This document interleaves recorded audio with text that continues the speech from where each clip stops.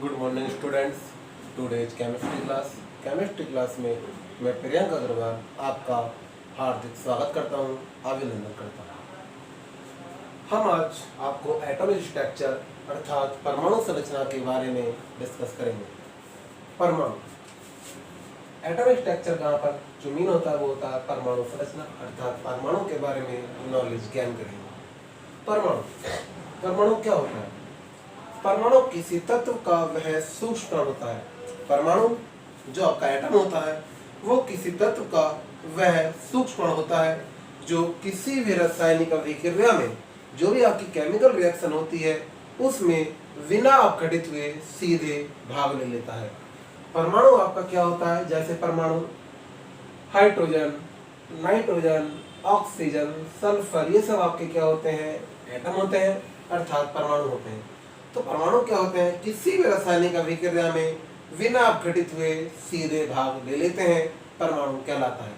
परमाणु स्वतंत्र अवस्था में नहीं रहता है, अर्थात परमाणु आपका फ्री रेडिकल नहीं होता है। परमाणु हमारे पास क्या है? एक्स परमाणु है। परमाणु आपका धनात्मक भी होता है, ऋणात्मक भी होता है और उदासीन भी होता है, अर्थात एटम पॉजिटिव भी होता है, नेगेटिव भी होता है और न्यूट्रल भी होता है। हमने यहाँ पर ले लिया एक्स एटम ले लिया। एक्स एटम ने यहाँ पर क्या करा? इलेक्ट्रॉन क्या कर रहा है? डोनेट कर रहा है। जब इलेक्ट्रॉन क्या कर रहा है? डोनेट कर रहा है, तो यहाँ पर क्या हो जाएगा? प्लस का चार्ज क्या हो जाएगा? प्रेजेंट हो जाएगा, अर्थात परमाणु क्या हो जाएगा? पॉजिटिव हो जाएगा, अर्थात परमाणु कैट आयन और एन आयन दोनों बनाता है। यहाँ पर आपका परमाणु ने क्या करा? एक इलेक्ट्रॉन क्या करा? ग्रहण कर लिया, अर्थात इलेक्ट्रॉन क्या कर रहा है? एक्सेप्ट कर रहा है। जब इलेक्ट्रॉन एक्सेप्ट कर रहा है तो कैसा हो जाएगा? यहाँ पर निगेटिव हो जाएगा। जैसा कि मैंने आपको बताया, परमाणु आपका उदासीन भी होता है, परमाणु ऋणात्मक भी होता है और परमाणु आपका धनात्मक भी होता है। परमाणु उदासीन जो आपका परमाणु न्यूट्रल होता है उसकी आपकी दो फेज होती है, एक तो होती है स्टेबल और एक होती है नॉन स्टेबल, अर्थात स्थायी कण और अस्थायी कण। स्थायी कण में आपके क्या होता है? जो परमाणु होता है वो उसकी कक्षाओं में रहता है और नाभिक में रहता है, अर्थात उसके क्लासिस एंड न्यूक्लियस में क्या होता है? प्रेजेंट होता है। कक्षा क्लासिस और नाभिक बोलते हैं न्यूक्लियस, अर्थात जो आपके स्टेबल मॉलिक्यूल्स होते हैं वो आपके क्लासिस में भी रहते हैं और आपके न्यूक्लियस में भी रहते हैं।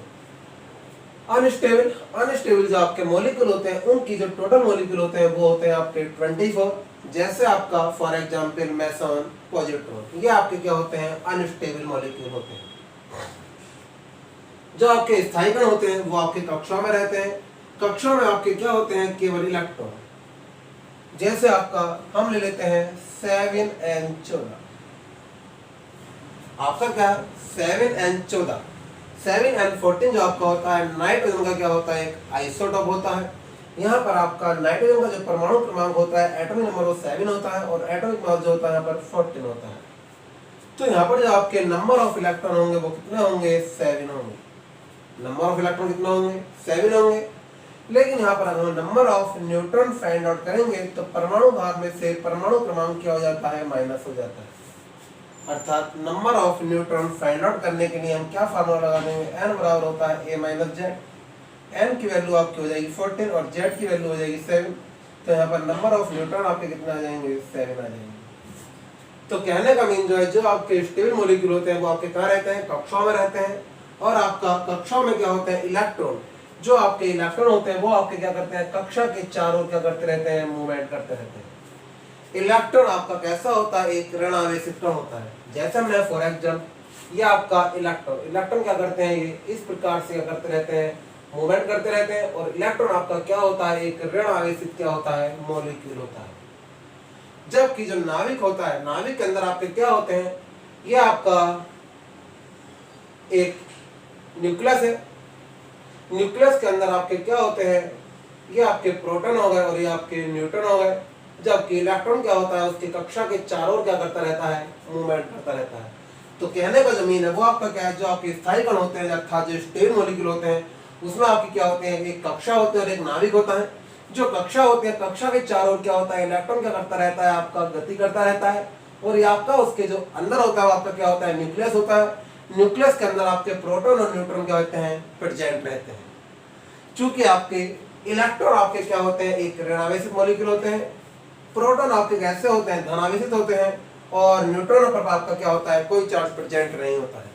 अर्थात ये आपके क्या होते हैं, निगेटिव, ये आपके पॉजिटिव, और आपका न्यूट्रॉन आपका क्या होता है, न्यूट्रल होता है। न्यूट्रॉन पर आपको कोई चार्ज प्रेजेंट नहीं होता है। जैसा कि आपने पढ़ रखा होगा, एक बहुत छोटी सी ट्रिक है, ईंट पर नाच। आपने पढ़ा होगा ईंट पर नाच। ई से बोले तो इलेक्ट्रॉन और टे से बोले तो थॉमसन। अर्थात इलेक्ट्रॉन की जो खोज की थी वो आपकी की थी थॉमसन ने। पे से बोले प्रोटॉन और रा से बोले रदरफोर्ड। अर्थात पर जो आपके प्रोटॉन होते हैं उनकी खोज आपकी रदरफोर्ड ने की थी। नाच ने से होता है न्यूट्रॉन और चा से होता है चैडविक। अर्थात आपकी न्यूट्रॉन की खोज जो की थी वो आपकी चैडविक ने की थी। कहने का मीन जो है वो आपका क्या है, इलेक्ट्रॉन के डिस्कवर्ड बाय क्या थे, electron discovered by J Thomson, proton discovered by Rutherford, और न्यूट्रॉन डिस्कवर्ड बाय आपके जो होंगे वो चैडविक होंगे।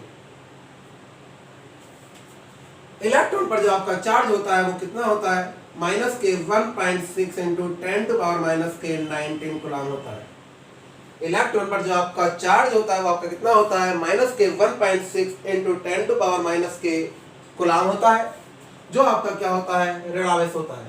इतना ही चार्ज आपका प्रोटॉन पर होता है, परंतु वो आपका क्या होता है, धनावेशित होता है, क्योंकि प्रोटॉन आपका क्या होता है, धनावेशित कण होता है, और न्यूट्रॉन आपका क्या होता है, उदासीन कण होता है। न्यूट्रॉन पर आपका कोई चार्ज प्रेजेंट नहीं होता है। इलेक्ट्रॉन को आप रिप्रेजेंट करते हैं -1e0। जो आपका इलेक्ट्रॉन होता है उससे आप रिप्रेजेंट करते हैं -1e0, और जो आपका प्रोटॉन होता है उससे आप रिप्रेजेंट करते हैं 1h1। इलेक्ट्रॉन को आप रिप्रेजेंट करते हैं -1e0, प्रोटॉन रिप्रेजेंट करते हैं 1h1, और न्यूट्रॉन को आप रिप्रेजेंट करते हैं 0n1। इलेक्ट्रॉन को किससे रिप्रेजेंट करते हैं, 1e0, प्रोटॉन 1h1 और न्यूट्रॉन को 0n1। ये आपका परमाणु संरचना का बेसिक है। आज का टॉपिक मैं यहीं समाप्त करता हूं। अगली वीडियो में मैं आपको इसके बारे में और कुछ इन्फॉर्मेशन दूंगा। मैं आपसे आशा करता हूं कि वीडियो को आप ज़्यादा से ज़्यादा शेयर करें। Thank you so much.